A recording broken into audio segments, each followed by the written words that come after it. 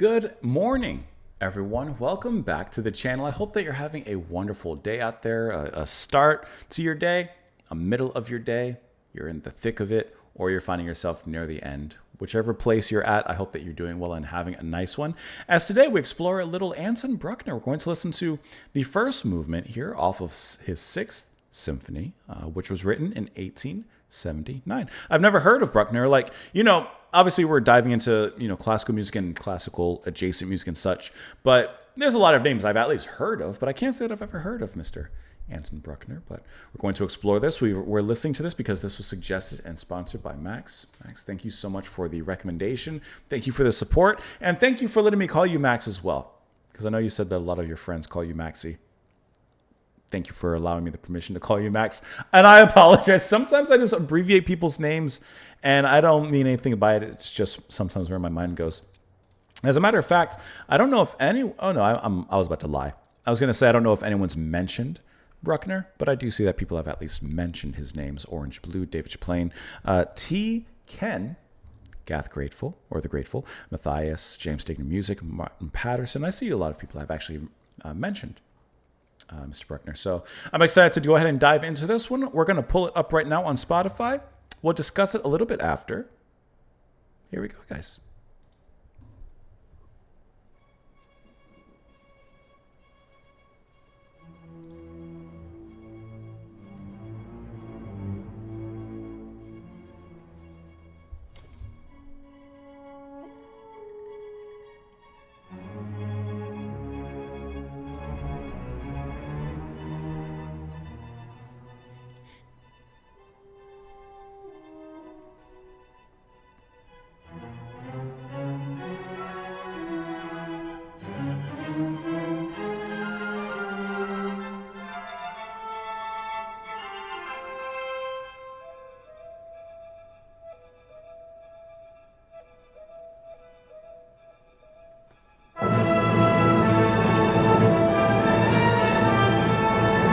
That's deeply cinematic.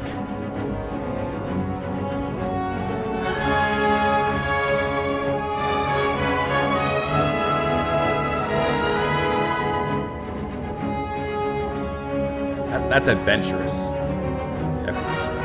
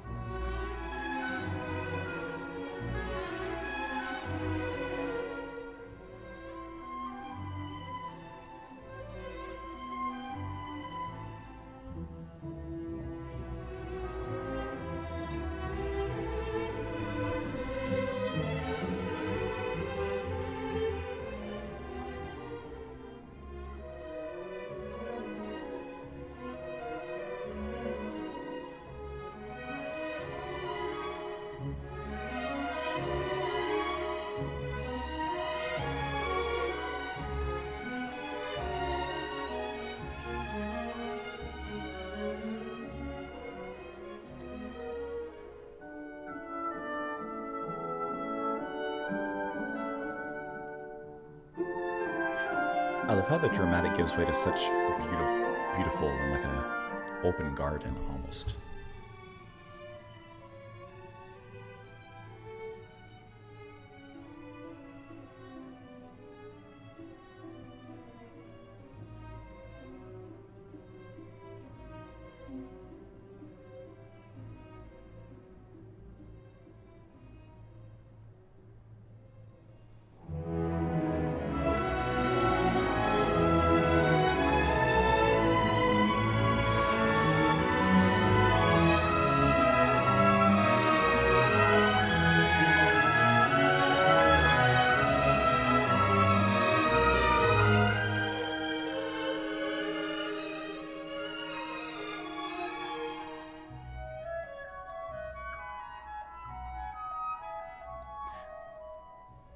The music feels like a love story.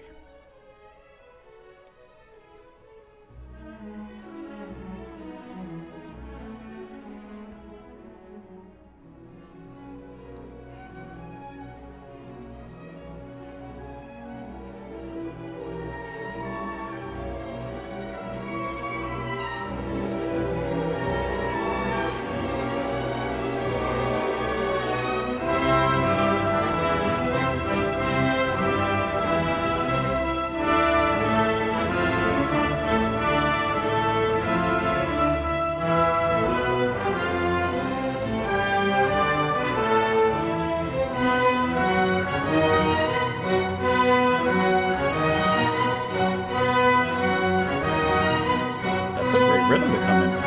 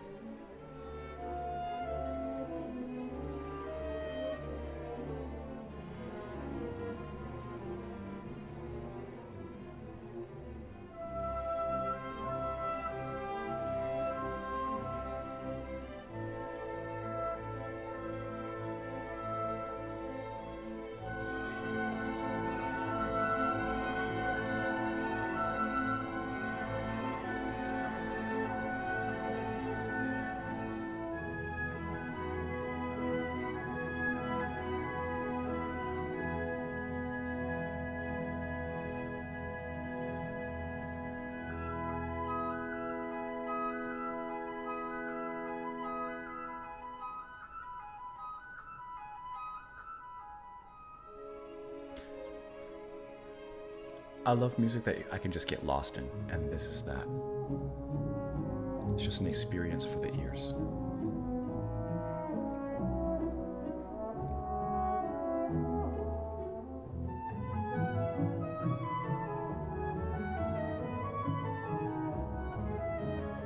This feels like a ballet.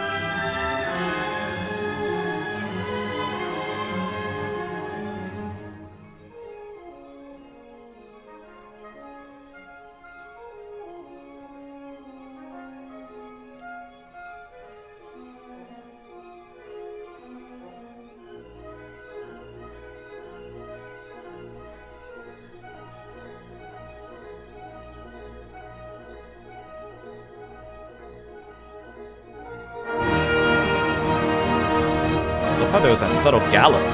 Back to this. Just like the beginning.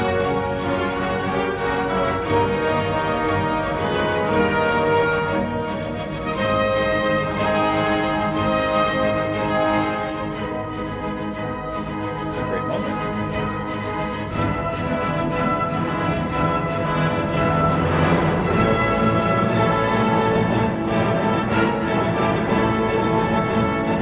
This feels like the arrival of a king.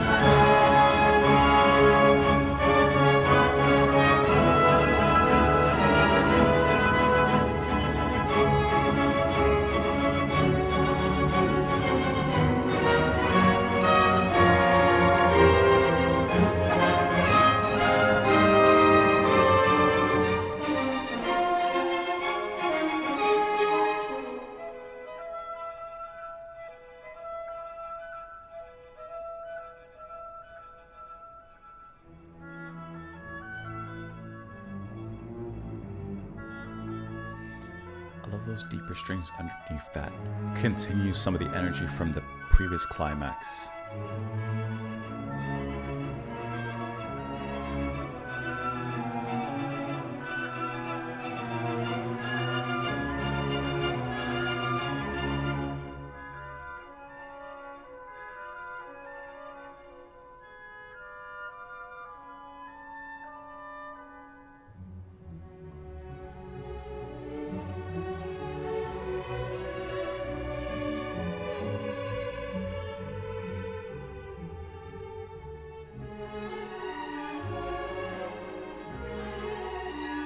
Back to that 3 swing, that waltz movement.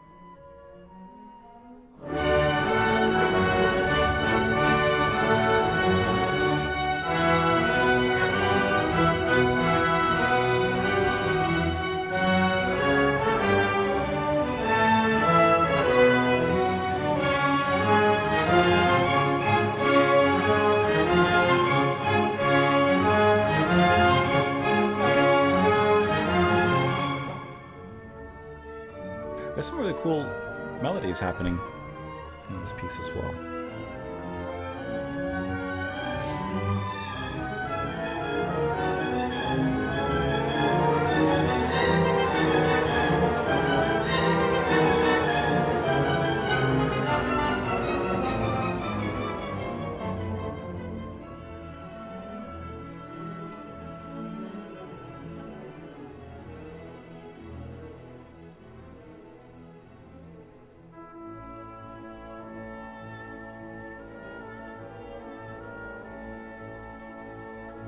Brought it back.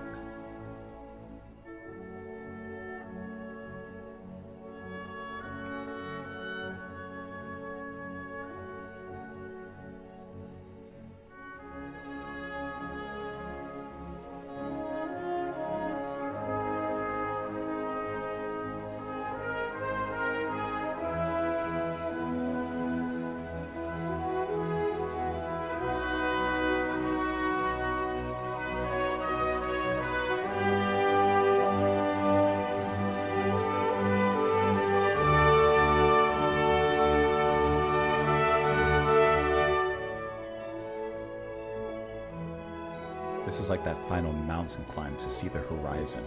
You're almost there.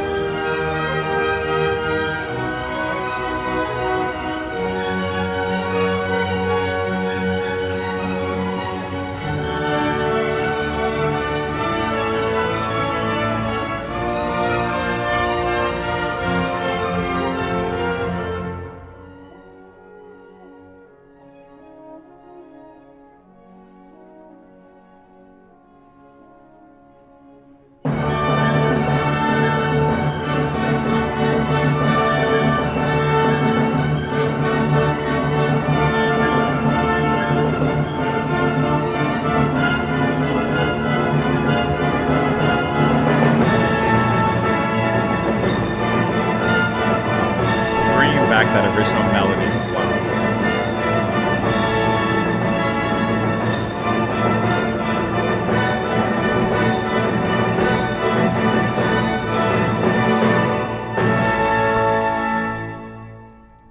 Man.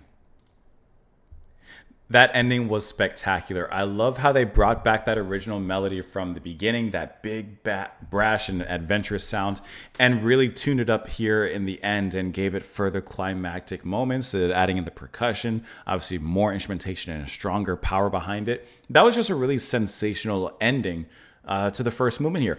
Okay, this felt like a movie to me. This whole piece sounded like a wonderful action adventure movie. This is just my mind. Set in like the desert, but there's a love story, definitely a love story in the song, or I'm sorry, in the piece as well, and in like what I'm kind of seeing. But there's adventure, there's daring, it's dazzling. It has all these different movements to it, and I just really think that this piece in particular captured all of these emotions in a really sensational way, and I love how it flowed. With this type of sound, I like to just get lost in it because it's easy to get lost into. There's not, moments really that come in, not randomly, but kind of out of nowhere and kind of smack you upside the head. There's nothing in here that feels like it comes out of left field. Everything feels wonderfully built upon, founded upon, and then progress further from that point. There's a moment, one of my favorites, around 7:50 it begins and goes into the 8-minute mark, and I like how it starts off with a certain cadence there, and then it expands upon that and builds it. I was trying to catch it when it was going. I want to say it was around 7, somewhere here. This melody, it floats up and down, it goes up and down like a feather on the wind, and then it builds it up from here, kind of once again reminiscing to that earlier sound before. But I love how it kind of begins setting pace there rhythmically. It's kind of giving you a hint already of what's to come. It's ba ba da da da da ba da da da da da da da, and it's doing it in a very quiet way so that you don't even necessarily foreshadow or foretell that it's coming. But yet when it does erupt at that particular moment right after, you're like, oh yeah, of course they're moving towards that. Of course that's what's being earned and paid out to us in for whatever we invested in right there at that particular moment. It's just a really cool moment of musical fruition that is done really, really well in this piece. And I thought that moment right there was one of my favorites, besides the ending, which, like, of course, the climax is going to be satisfying. But the way that it starts off so softly, it's just, it's putting it up and bringing it down, and then before you know it, it comes in heavy, it comes in hard.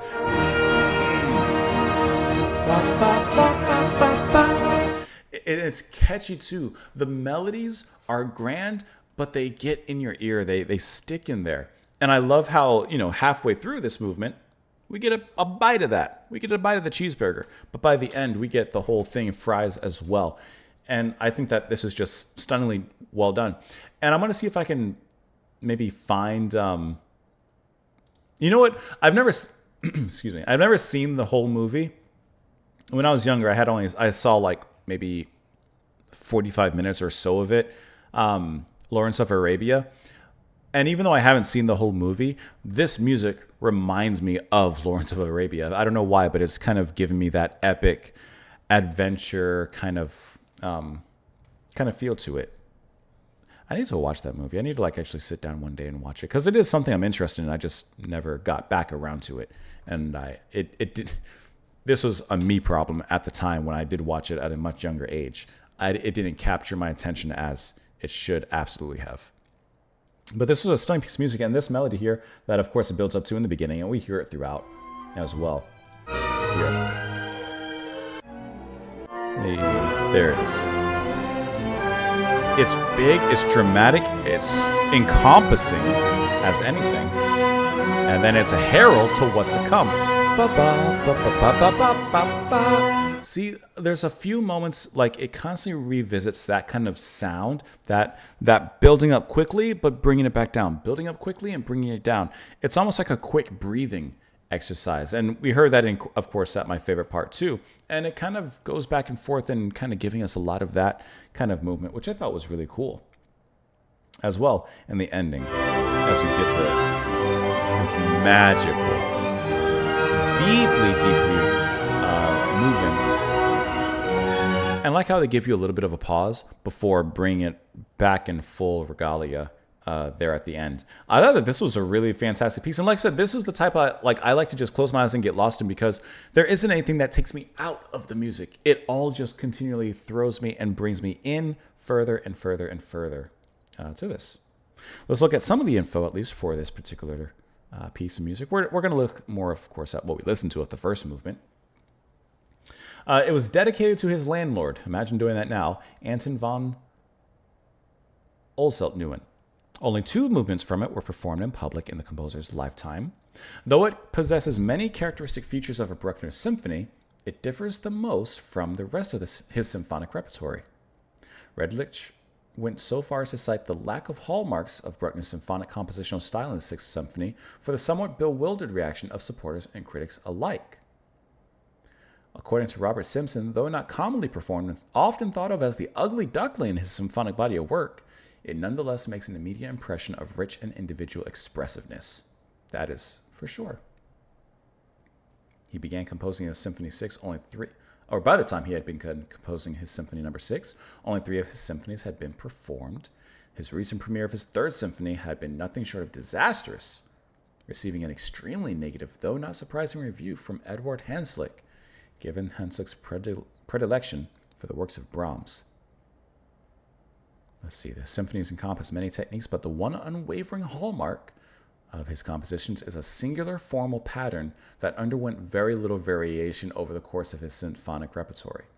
In fact, their first 4 extended movements are indebted to the structure and thematic treatment in the late works of Beethoven.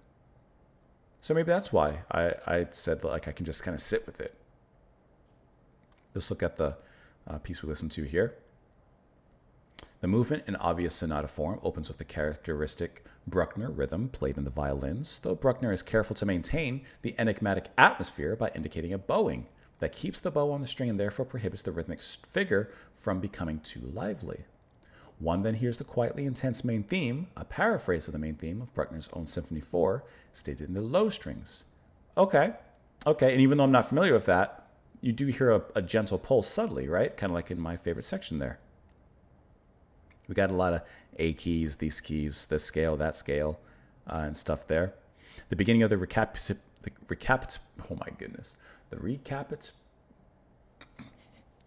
beginning of the recapitulation is, in fact, a climax, serving as both the end of the development and the beginning of the recapitulation, marking the first time in symphonic literature that this has occurred. If not for this climactic moment, one could have trouble identifying the exact moment, as the return of the tonic and the return of the primary theme do not coincide. It encompasses a complete restatement of the theme groups from the exposition and is otherwise uneventful, setting the coda, or the stage for the coda, which Donald Tove described as one of Bruckner's greatest passages. I'll tell you what, it sounded really good. I'll tell you what, it sounded pretty cool. That's what I'll say about it. I'll be 100% honest. Sometimes technical terms, especially if I don't understand them, they kind of go over my head. I listen to the music to see if I listen to it and I enjoy it, And learning a lot of these terms will absolutely enhance that and the appreciation. But I want to know if it sounds good, and it sounded really good. I'm kind of curious. I'm trying to find something really quick. I just want to see if it works. I just want to see if this works. Hold on. Work with me here. Work with me.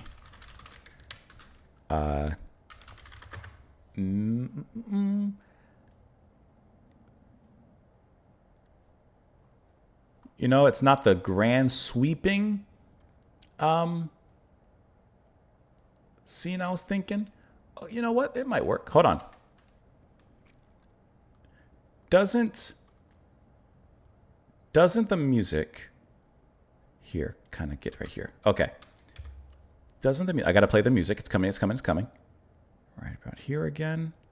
Let it play. Kind of make you picture like this. Like that. Right? Doesn't it? It just has the feeling. Sorry, I gotta stop the music. It just has the feeling of like riding on a horse through the desert or camels. Like it just has that adventure to it. I don't know. That's what I feel when I hear this. Anyways, let me know what you guys thought of the track, of course. Boop. In the comments down below. Hope you enjoyed listening to this piece. Thank you so much for being here, for sticking around, for enjoying and hopefully getting something out of more than music rather than my babbling. But I appreciate you being here. Max, thank you so much once again for the suggestion and the support as well. I appreciate that. Have a fantastic rest of your day, and I'll see you all later. Bye, guys.